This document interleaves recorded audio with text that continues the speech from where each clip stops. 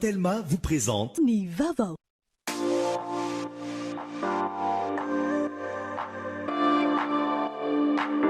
Luxor, le plaisir du confort. Nulchanao ni Fampalalambavao. Batimax, la qualité au meilleur prix. Vous présente Ni Vavao.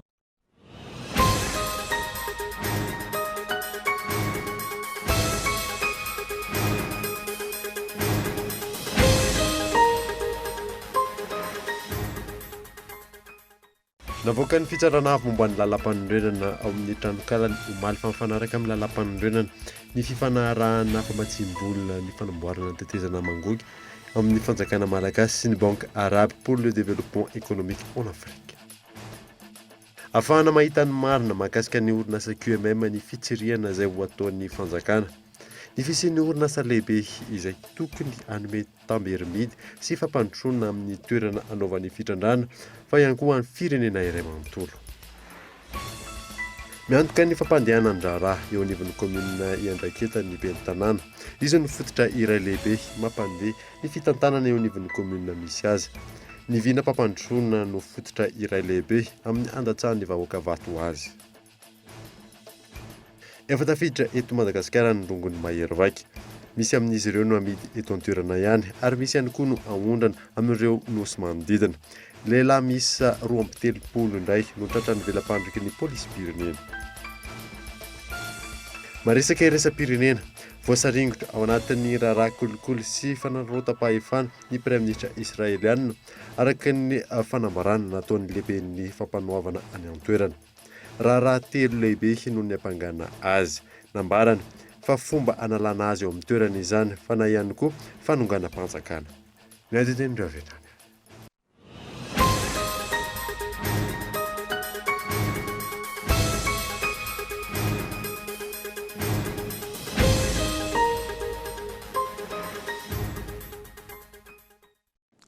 Finaritra tompoko lahy sy tompoko vavy fotoana vaovao eto amin'ny Kolotivika Manasanoara hanaraka izany hatramin'ny farany.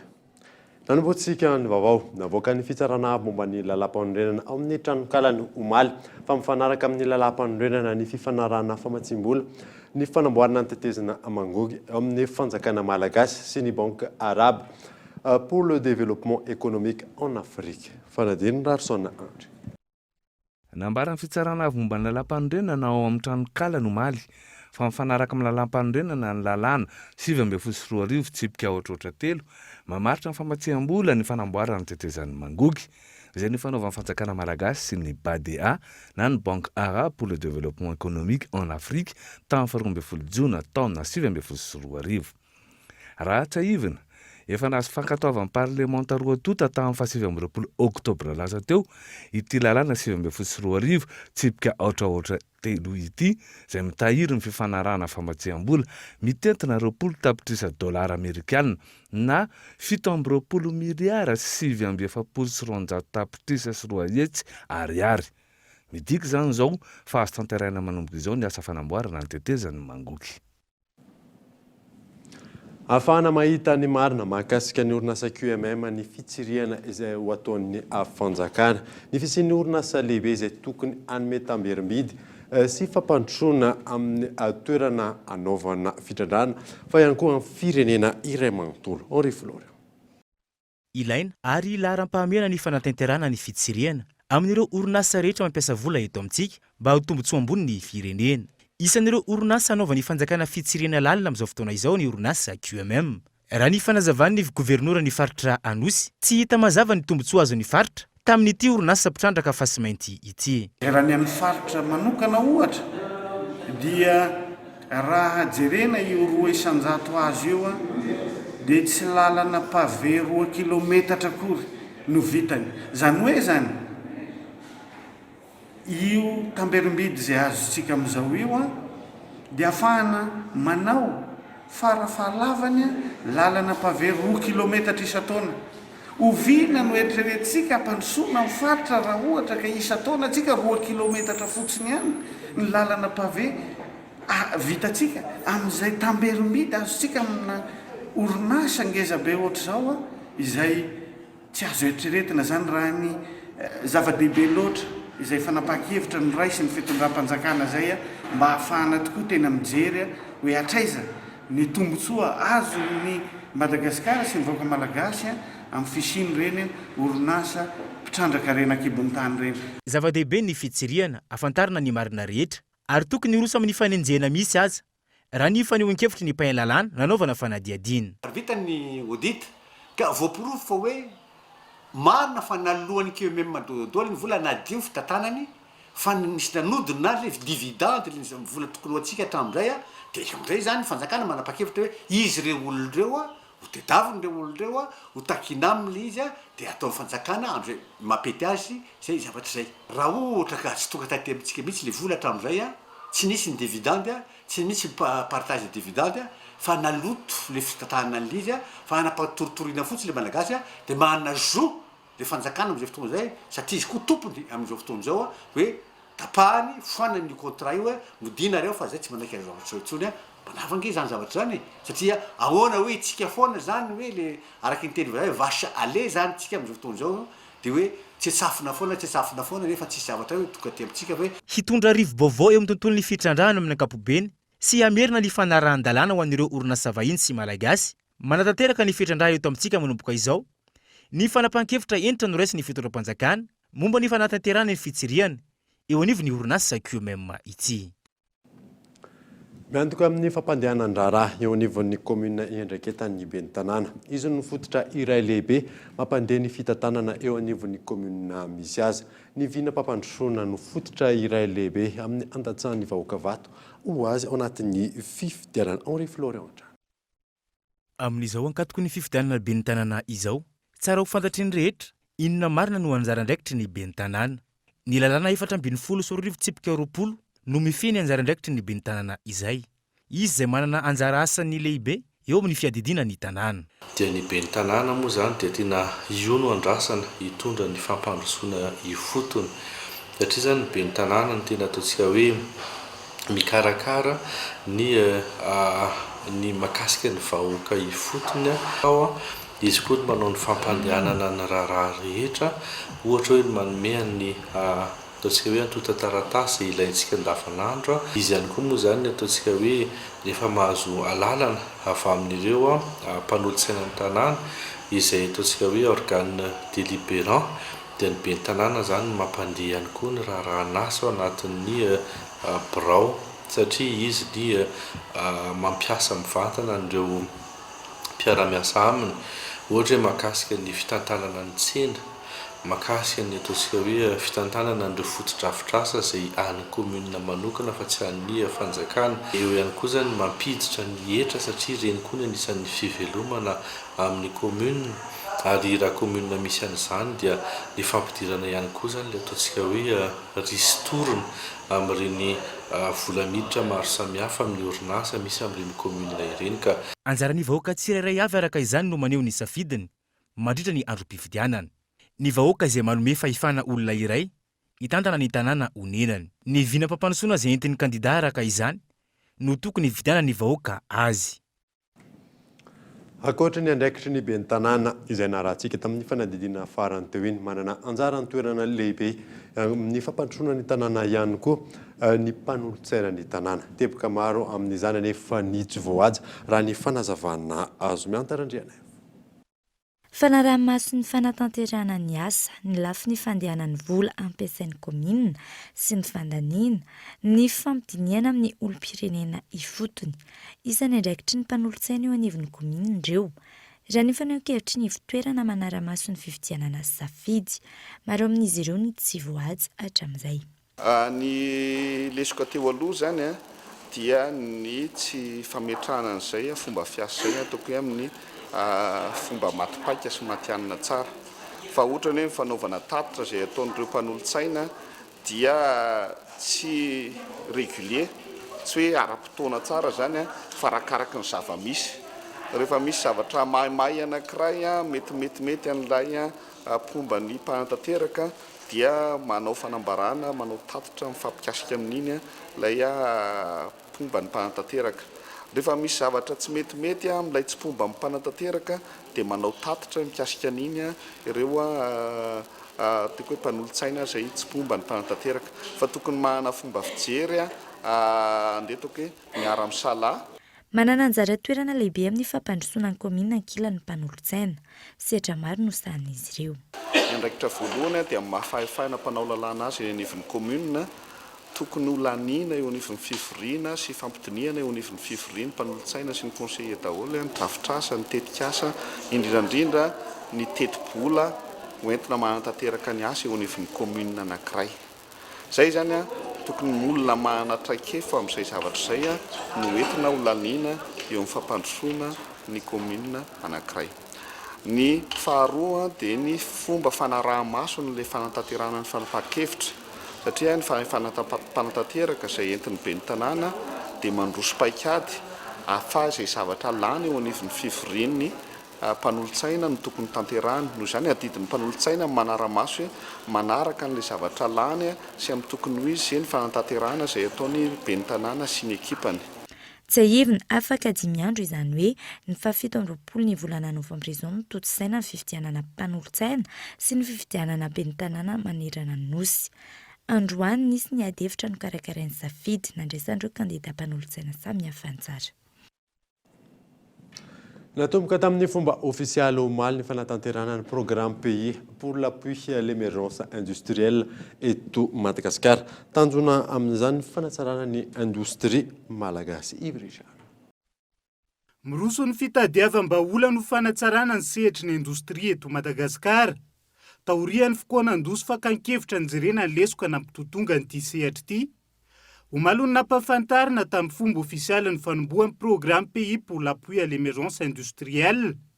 Tanjon'izany ny andrindrana ny politika ny fitondram-panjakana ifanaraka amin'ny tantsoroko ny mpiara-miombonantoka arabola sy ara-teknika.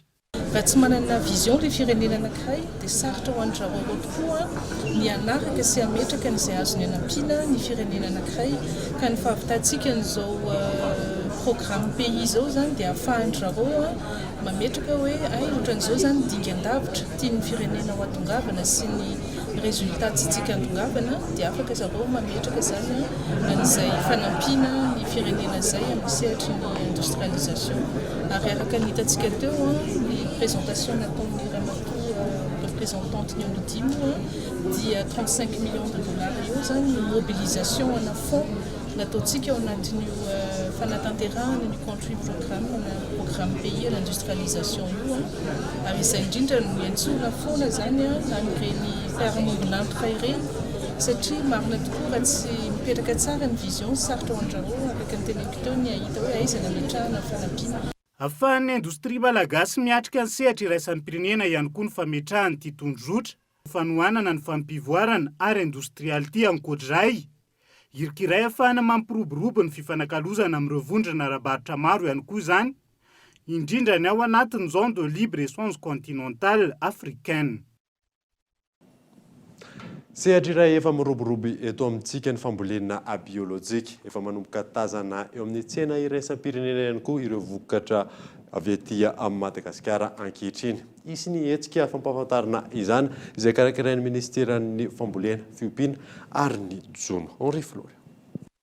Ny 5 isanjaton'ny vokatra biolojika eto amintsika no efa manomboka tazana eny anivon'ny tsena ivelany ankehitriny. Firenena manana tombony amin'ny seha-pirenena momba ny fambolena ara-biolojika isika eto Madagasikara. Sakana mazana, ny tsy fampian'ny fahaiza-manao sy ny paikady eo amin'ireo tantsaha entina ampiroboroboana ity seha-pirenena ity, izay isany ahafahana mampivelatra ny lafiny toe-karena. Ny fambolena biolojika izay tafiditra ao anatin'ny asa iandrikitan'ny ministeran'ny fambolena sy ny fiompiana ary ny Jono. Ny taona 2024 raha tsy ahivana no efa nahazo taratasy fankataovana sy fanamarinana avy amin'ny tambazotra iraisam-pirenena misehatra amin'ny tontolo ara-biolojika isika eto Madagasikara, momba ny fikirakirana sy ny fambolena vokatra biolojika. Miroso amin'ny fanatsarana trany nefa ny ministera amin'izao fotoana izao. Ny toeran'ny famokarana ara-biolojika eto Madagasikara aloha dia azo atao hoe anisan'ny mety hoe kelikely izy raha miresaka velaran-tany fa efa mandroso dia mandroso tokoa satria mitomby ihany zao ny raha jerena zany sahala anisan'ireo orinasa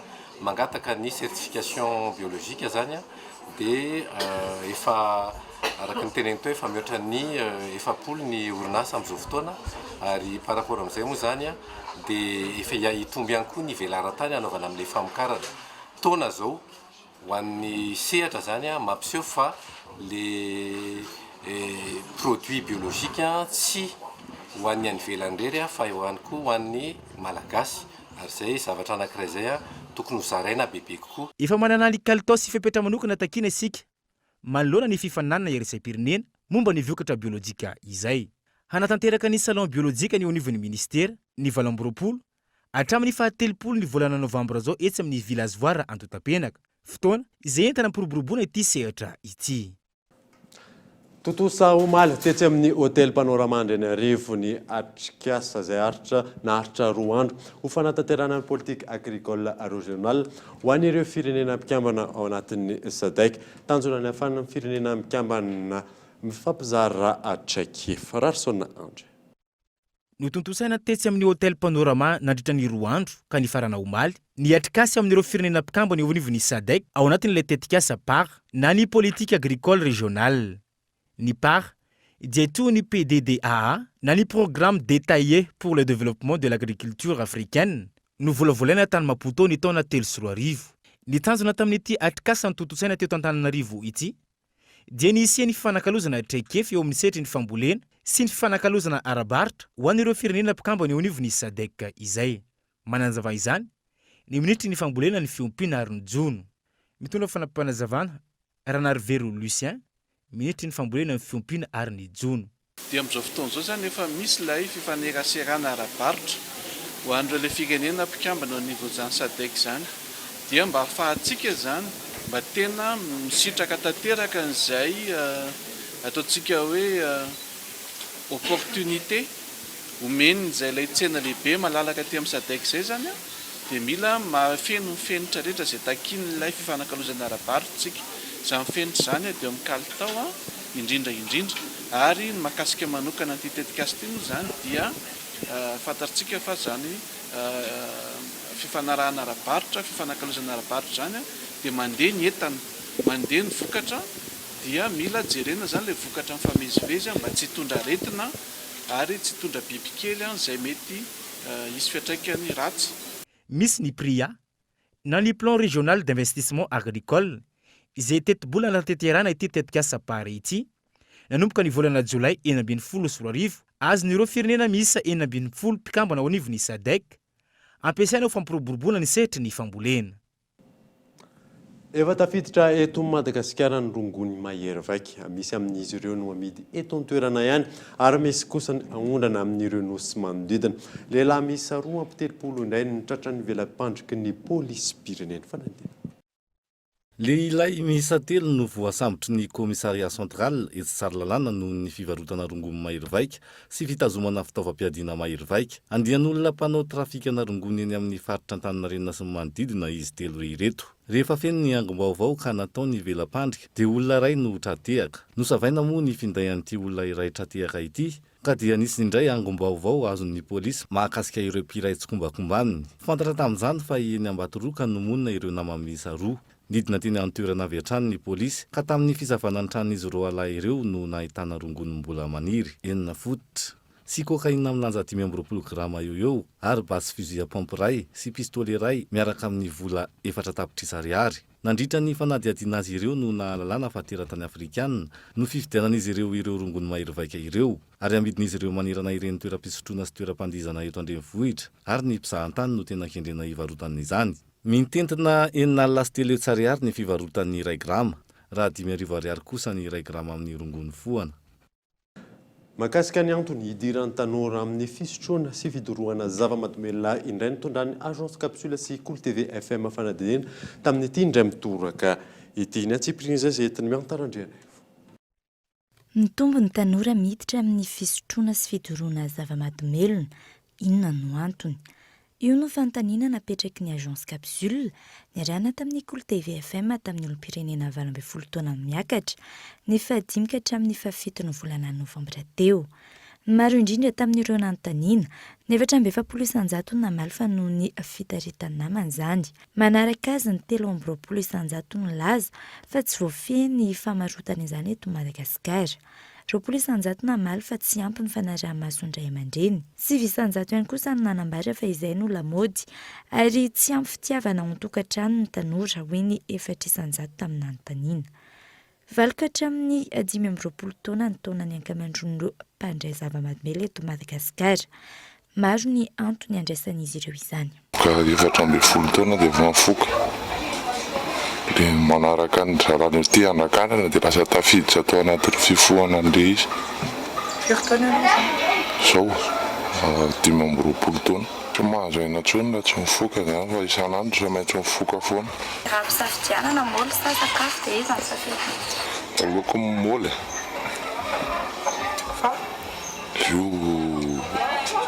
Io zany vao tsy mihinana mihitsy dia tsy mahazo aina. Tamin'ny janoary teo zany ny navoakanay ilay fanadihadiana izay teny amin'ny hoe fivarotana sigara 100 metatra manodidina sekoly. Farafahakeliny eo amin'ny 6 7 misy tonga hatrany amin'ny 10 mivarotra sigara fotsiny manodidina sekoly. Tsy resantsika zany mivarotra koatran'izay zavatra hafa. Ary mivarotra eo na dia efa misy ara ny lalàna hoe tsy azo atao ny mivarotra sigara. Tsy azo atao ny mivarotra toka ny ankizy latsaka amin'ny 12 taona dia mivarotra ireo. Izany hoe raha ny fahafahan'ny ankizy tsy ampy taona miditra eo anatrehan'ilay tsena zany malalaka be. Eto Madagasikara nge 9 taona dia efa miditra ao anatin'ny sehatra ny taona zava-mahadomely. Raika io fanadihadiana io, maro no mivarotra izany etsy sy eroa. Misy ireo manao izany ho asa fivelomana tanteraka. Malany eo amin'ny 10 mahery indray rehefa tena tsy mandeha. Raha tena mandeha zany io ianao mahazo 500 mahery indray andro.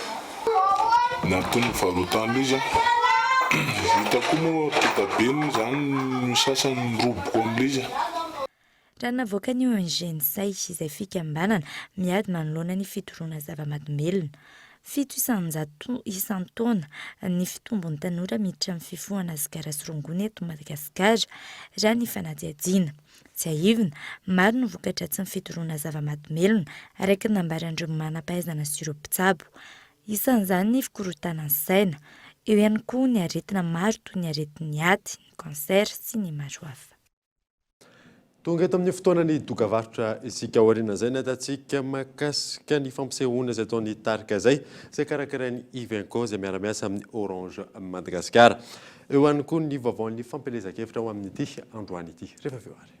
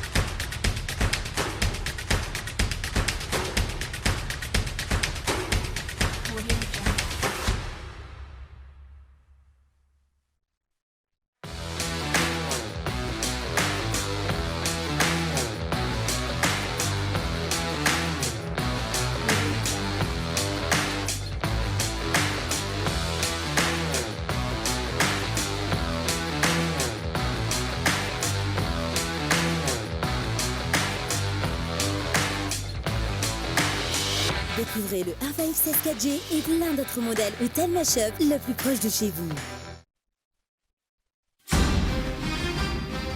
Le CNAM Madagascar vous offre une possibilité d'acquérir un diplôme international qui vous ouvre les portes dans le monde. Formant les plus hauts placés des administrations, CNAM vous propose plus de 658 parcours niveau bac à bac plus 8. Réussir, apprendre, innover. Les formations que nous offrons répondent aux normes du marché mondial du travail. Alors, qu'attendez-vous pour investir dans votre réussite ? Faites partie des plus grands et visez plus haut. Apprendre au CNAM change votre vie. Yes, le CNAM. Ny natiora dia efa manome ny tsara indrindra no fantenana sinokajiana ho an'ny yaourt ity. Izany no mahatonga azy maritra sy matsiro aok'izany. antsika ny mankafy azy isan'andro ary isaky ny mitaky azy ny vatantsika mba hahazoana ny hery sy tanjaka ilaintsika hiatrehana ny tontolo andro. Ity yaourt authentique, naturellement bon. Iti est un produit certifié et validé par le ministère de la Santé publique. Geox, Puma, San Marina, Unisa, Tamaris, Guess, Minelli, JB Martin, Adidas, Fossil, Asics, New Balance et Ralph Lauren. Boutique Le Coin des Marques, un grand choix de parfums, montres, sacs et chaussures de marque. Alors, venez découvrir notre boutique Le Coin des Marques, des articles de marque pour hommes, femmes et enfants. Le Coin des Marques, à Faravouch, téléphone 033 71 848 68.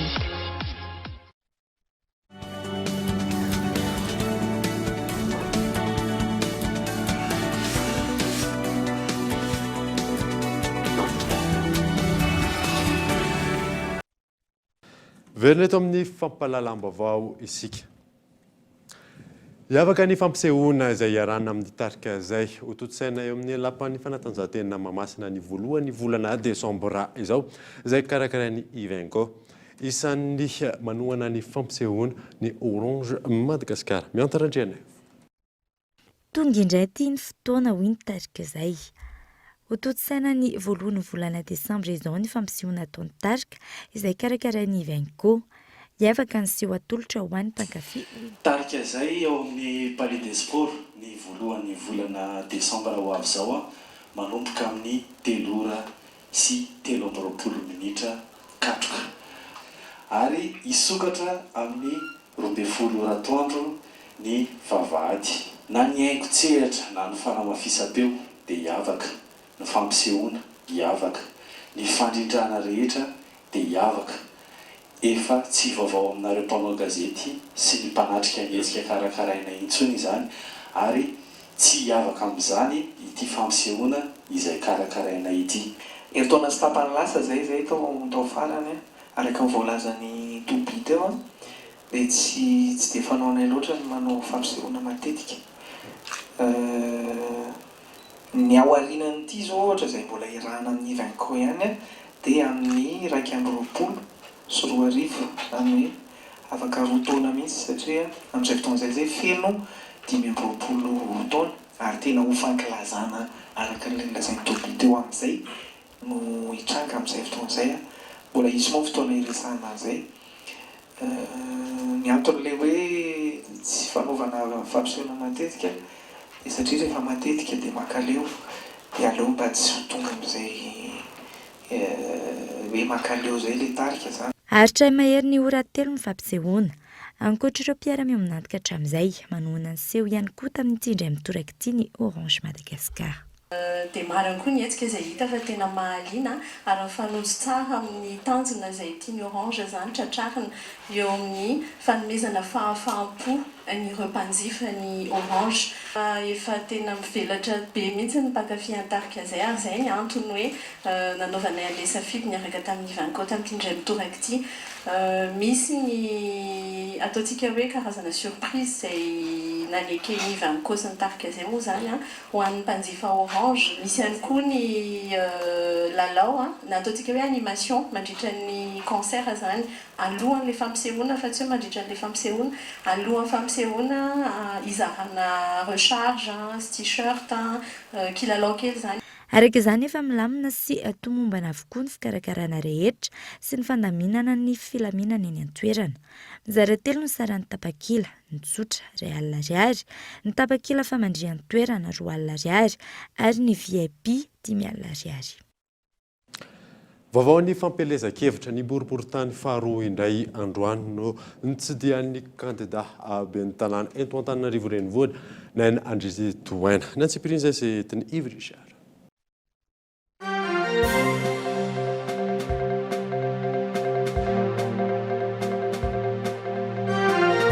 Ny ainga teo manakam-bahiny miandrarivo niazo anambandia hatrany Volosarika. Faritra maro teo anivo ny boriboritany faharoa androany nanohizany kandida ho ben'ny tanàna n'Antananarivo Naina Andrizy Toaina. Ny vidina ny fotony nijereny ireo olana mianjady ny mponina ny Antananarivo no sady tafiditra anatin'ny fampelezan-kevitra. marokoroko be mihitsy dia malaza daholo ny tanampanasa lamba zany amin'ilay izy dia zay mahatonga anay mba misaraina hoe mba atao malama raviana amizay zany tena zay zany tsy maintsy atomboka ny fanatanterahany ro tetikasa azy fotodravitrasa ilain'ny vahoaka hoy ny kandida laharana fahaefatra nandritra ny tafa mivantana nataony tamin'ny roaponina hojerena avokoa ireo teboka mampitaraina ny mponina dray isan'ny atao lara-pamena amin'izany ny fanamboarana fotodravitrasa indrindra ny sekoly manara-penitra maro ny EPP ahitako eran'Antananarivo farafahakeliny roapolo na telopolo ny EPP nitsidianay tsy nisy EPP na ray ary manara-penitra potika daholo ny EPP ho amboarintsika ny EPP asiantsika fitaovana ny EPP omentsika sakafo ny ankizy ny EPP isan'andro ny EPP rehetrarehetra ny ankizy rehetrarehetra omentsika sakafo zany nataontsika lara-pamena satria ireo ankizy ireo no hoavy Antananarivo ireo ankizy ireo no hoavintsika maro ny tanora eto Antananarivo ireo tokony kolokoloina Antananarivo madio Antananarivo mandroso no tanjona ho an'ny kandida laharana fahaefatra Nainandriatsitohaina mila tomboka avy hatrany ny asaka izany indrindra no antony nanentana ny mponina Antananarivo hifidy ny laharana fahaefatra amin'ny fifidianana ny 17 Novambra ho avy izao. Vonina hitondra fandrosoana ao amin'ny komuna Andihizana Karian ny kandida ben'ny tanàna avy amin'ny antoko malagasy miaramiainga Eloi Arato Erimazava fanadidina Andrana Tenaina. Manoloana ny faratsiany lalana eny anivon'ny Fokotany mandrafitra ny komuna Andihizana Karian efa nitonany maro. Nanolotra vahaolana ho an'izany ny kandida ben'ny tanàna ny komuna Andihizana Karian Eloi Arato Erimazava mitondra laharana faharoa avy amin'ny antoko malagasy miaramiainga. Nanamboatra ireo lalana sy fotodravitrasa atao amin'ny Fokotany maro ao amin'atin'ny komuna izy ireo. Noho ny fahitana ny fampandrosoana azo atao tsara, azo raisina tanana tsara, fampandrosoana nataon'ny MMM malagasy miaramiainga tamin'ny tety fotony, tamin'ny voaka tety fotony. Teo anivon'ny komuna ohatra ny fametrahana dentisterie ao amin'ny hôpitaly, ny fandraisana anjara tamin'ny fanaovana terrassement ny lycée raha anorina lycée ny teto amin'ny komuna Andihizana Karian. Teo koa ny fanokafana toeram-piasana toy ny carrière izay azahoan'ny vahoaka avy any Fokotany maro mivelona. Misy ihany koa ny fanomezana cantine scolaire ho an'ireo mpianatra eny anivony ambaratonga fototra manerana ny Fokotany isorohana ny fahasahiranana ny ray aman-dren'ny mpianatra. Dia teo ny fananganana fiaraha-miasa tamin'ny malagasy miaramiainga sy ny fokon'olona anangana ny fotodravitrasa rehetra toy ny fananganana sekoly fanampiny. Tao koa ny fifahamaiza-tanana amin'ny fanaovana ny cantine scolaire ho an'ny mpianatra ity tao anatin'ny maitsoahatra no volana Novambra zany ka hatramin'ny volana Mars. Izany natao moa dia mba hanomezana sakafo ara-pahasalamana ny mpianatra. Ho tohizana amin'ireo Fokotany maro mandrafitra ny komuna ambanivohitra Andihizana Karian izao famalina ny filanin'ny vahoaka izao. Mbola maro ihany koa ny fotodravitrasa fampandrosoana hanatsarana ny komuna. Hoy ny kandida izay nanentana ny mponina hifidy ny laharana faharoa ny 17 Novambra ho avy izao. Kandida vonina hitondra fampandrosoana ho an'ny komuna Kadinandriana ny kandida izay atolotry ny antoko malagasy miaramiainga Lalaina Rakotona Andrasana fanadina. Kandida vonina hitondra fampandrosoana ho an'ny komuna Kadinandriana ny kandida natolotry ny antoko malagasy miaramiainga Lalaina Rakotona Andrasana izay mitondra ny laharana faharoa ao amin'ny bileta tokana. Maro ireo fotodravitrasa izay tsy nisy fanazariana-polo taonany maro tato amin'ity komuna ity ka nampitaraina ireo mponina eny an-toerana. Noho izany, maro ireo fandraharana asan'ny kandida Lalaina Rakotona Andrasana entina hampandroso ny komuna Kadinandriana ary hita taratra fa efa manomboka ny asa eny an-toerana. Ny antony rotsahana ho ben'ny tanàna dia voalohany indrindra zany manana amin'ny fahavononana sy ny finiavana hampandroso an'ity Kadinandriana ity ary izay tokoa hoe matoa manana fahavononana dia efa ny asa fa tsy hoe mbola tsy nanao ninina dia dia mitemy fotsiny lasa kabary ambony vavahady fotsiny zany ny atao amin'izay fotoan'izay fa atsika matoa milatsaka dia efa nisy asa vita anisan'izany sekoly EPP tao Andraravola sy ny fikarakarana ny CSPD teto Ankadinandriana tao amin'ny maternité zany anisan'ny asa mbola atao CSP1 ao Tamarina anisan'izany koa ny ezaka efa vita fanatsarana ny lalana Ankadinandriana sy Androroro zany efa mandeha ny foto-drafitrasa amin'izao fotoan'izao matoa milotsaka zany dia manana fahavonona tanteraka anatanteraka an'izay asa zay. Vaindohan-draharaha ho an'ny kandida lalaina Rakotonandrasana ny fanarenana sy ny famerenana indray ny lazan'ny kaomina Ankadinandriana. Anatin'ny 5 taona sa 7 taona zay tena latsaka katereny ty kaomina Ankadinandriana ty tsy misy fampandrosoana tonga ty fotony na kely azy ny vola takina foana ny amin'ny olona nefa tsy misy ny tamberimbidina tamberina ndraikitra makamin'ireo olona reo tsy tsapan'ny olona tsony zany hoe misy mpitondra eto amin'ny toerana ity izay ny ezahana averina sy alamina manomboka izao ary ezahana karakaraina mandritra ny mandat zay efa taona zay amerenana ny asiny ray fahafantaran'ny olona zany Ankadinandriana zany amerenana amin'ny laoniny ny fampandrosoana efa nisy teto teo aloha ka tohizana indray ankehitriny izay no lahara-pameana amerina sy anatsara ny zava-misy eto amin'ny kaomina Ankadinandriana ity. Fampisehoana hira kasogoavana no nanamariana ny faradoboka fampelezan-kevitra ho an'ny kandida lalaina Rakotonandrasana izay niarahana tamin'ny tarika Ramilson Besikara.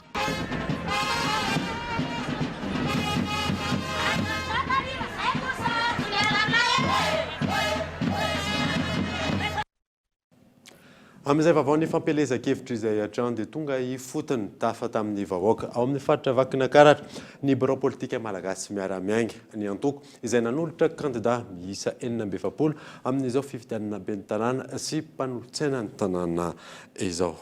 Kolo TV Antsirabe. Tonga nidina ifotony jery sy ny tafa tamin'ireo vahoaka ny délégationna avy amin'ny birao nasionaly ny antoko malagasy miara-miainga na ny MMM izany. Notariany Andriamatoa Ndrina Rakotondray be mpandrindra nasionaly ity antoko ity. Commune miisa 9 atao anatin'ny faritra Vakinakaratra no notsidihan'ireto délégationna ireto.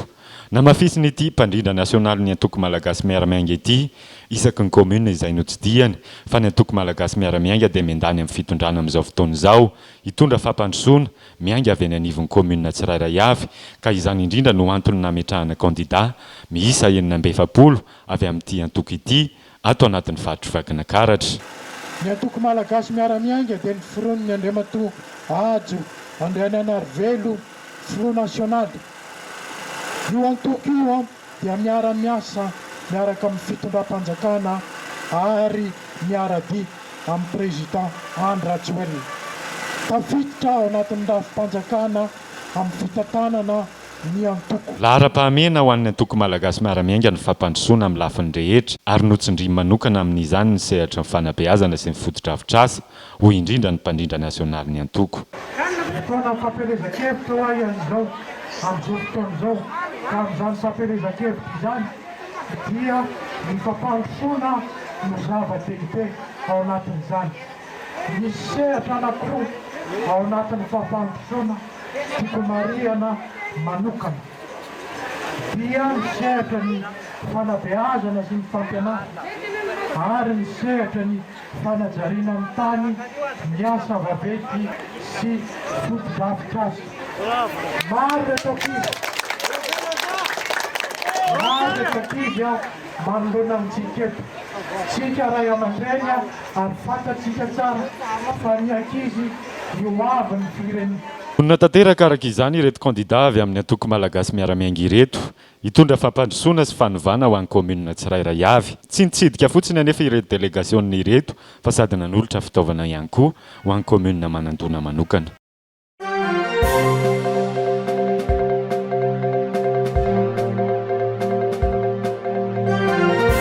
Fanampahafantarana androany ny etsika fampiroboroboana ny zon'ny ankizy totsaina ny 7 ny volana novambra ho avy izao etsy amin'ny parvy Analakely etsika izay iarahan'ny ministeran'ny ponina ny tanora sy ny fanatanjahantena ny fahasalamam-bahoaka ary ny UNICEF fanadina. Mbola olana iray lehibe eto Madagasikara ny tsy fahalalan'ny ankizy ireo zony sy fampahafantarana azy ireo izany. Eo ihany koa ny tsy fampiaran'ireo ray aman-dreny izany eo amin'ny fiainana andavanandro. isan'ny ambaratonga no iangan'ny fampahafantarana sy ny fampiarana ary ny fampiroboroboana ny zon'ny ankizy raha ny fanazavana. Groupe maromaro ny olona izay antefana sy anatanteraka ny campagne izay ka ho an'ny groupe voalohany zany izay atao hoe groupe primaire izay tafiditra ao zany ny ankizy rehetrarehetra dia le hoe fihetsika fototra fanao ny ankohonana dia ampahafantarana zareo fa afaka manova ny fiainana ankizy ary miaro ny ankizy sahady amin'ny fiainako avy. Ny faharoa zany dia ho an'le groupe de participants hafa zany akoatra ny ray aman-dreny. Sika rehetrarehetra zany dia mametraka an'le hoe tokony miezaka tsika manampy an'ireo ray aman-dreny amin'izay fijariana zany an'izay zodizody ankizy izay. Ary ny farany zany eo amin'ny resaka développement na ny fampandrosoana dia fantatsika tsara fa ny ankizy rehefa voafototra tsara zany le ankizy dia hanantsika an'ilay hoe acteur de développement mandray andraika izy. Ao anatin'izany misy ny hetsika fampahafantarana izay ho tanterahiny eto Antananarivo. Hetsika hafakely izay nampitondraina ny loha hevitra hoe campagne de communication pour la promotion de la droit de l'enfant à Madagascar. Zanak'hevitra ho voizina amin'izany ny hoe voyage dans la vie de l'enfant.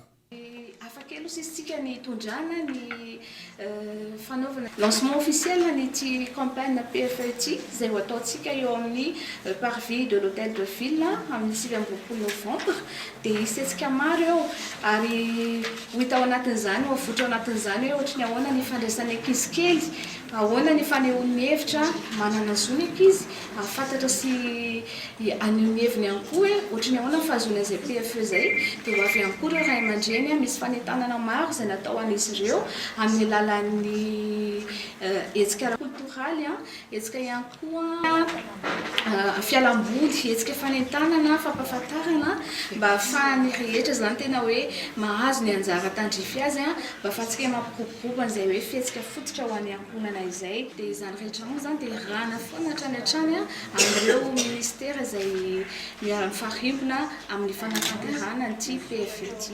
Efa nisy hatrizay ny hetsika fampiroboroboana ny zon'ny ankizy izay fiara-miasa amin'ny UNICEF sy ny ministera maro. Ny 27 novambra ho avy izao no hanombohana ny hetsika amin'ity taona ity izay tanterahana eo amin'ny parvis Analakely. Maresaka iraisam-pirenena voasaringona anatin'ny raharaha kolikoly sy fanarota-pahefana ny Praiministra Israeliana araka ny fanambarana nataona lehibe ny fampanoavana any an-toerana. Raharaha telo lehibe no ny ampangana azy, nambarany fa fomba analana azy eo amin'ny toerana izany na ihany koa fanongana mpanjakana fanendina. Voasaringotra anatina raharaha kolikoly fanaovana osoka sy fanararota-pahefana ny Praiministra Israeliana Benjamin Netanyahu araka ny fanambarana nataony lehibe ny fampanoavana any Israel androany fa 2 Novambra. Raharaha telo lehibe no ny ampangana azy ka isan'izany raharaha Bezek. Raharaha izay voalaza fa nandraisan'ny Praiministra Israeliana vola mandidina ny 5,000 senal sy $10 tamin'ny fomba tsy ara-dalàna. Voalohany izao no nisy Praiministra ny Pirinasa nandraisana fanapakevitra goavana toy izao, indrindra mahakasika ny trangana kolikoly hoy ny lehibe ny fampanoavana ny an-toerana. Namaly zany avy hatrany ankilan'ny Praiministra Israeliana ary laza fa fanasoketana azy tsotr'izao ary misy ambadika politika ny fanambarana. Namafisiny hatrany nandritra ny valandresaka ho an'ny mpanao gazety fa natao hanesorana azy amin'ny toerana na fanonganam-panjakana zany. Raharaha izay izy fiantraikany ara-politika goavana any Israel indrindra ao anatin'izao 3 herinandro farany hiandrasana ny anaran'izay ho Praiministra vaovao avy amin'ny solombavam-bahoaka.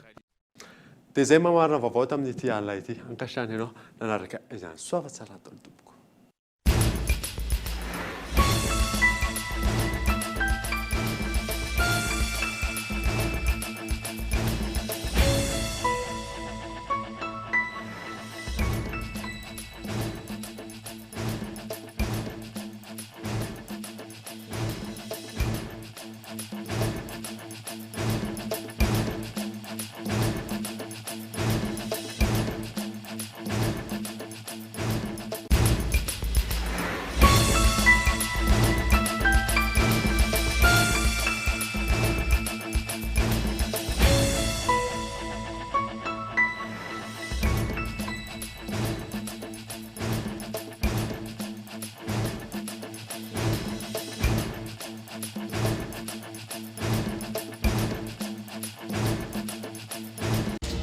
Batimax, la qualité au meilleur prix.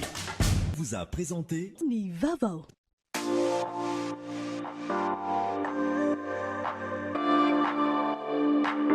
Luxor, le plaisir du confort. Nanulchanoto ni fampalalambavo. La 4G by Telma vous a présenté Nivavo.